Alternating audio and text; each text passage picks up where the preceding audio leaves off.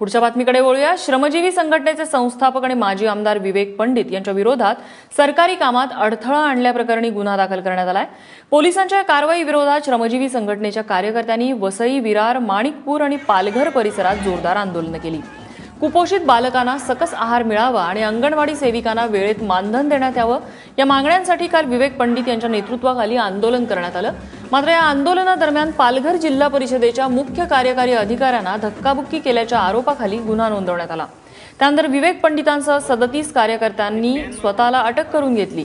या सर्वांना जामीन त्यांनी नाकारला। त्यानंतर त्यांची रवानगी ठाणे कारागृहात करण्यात आली आहे।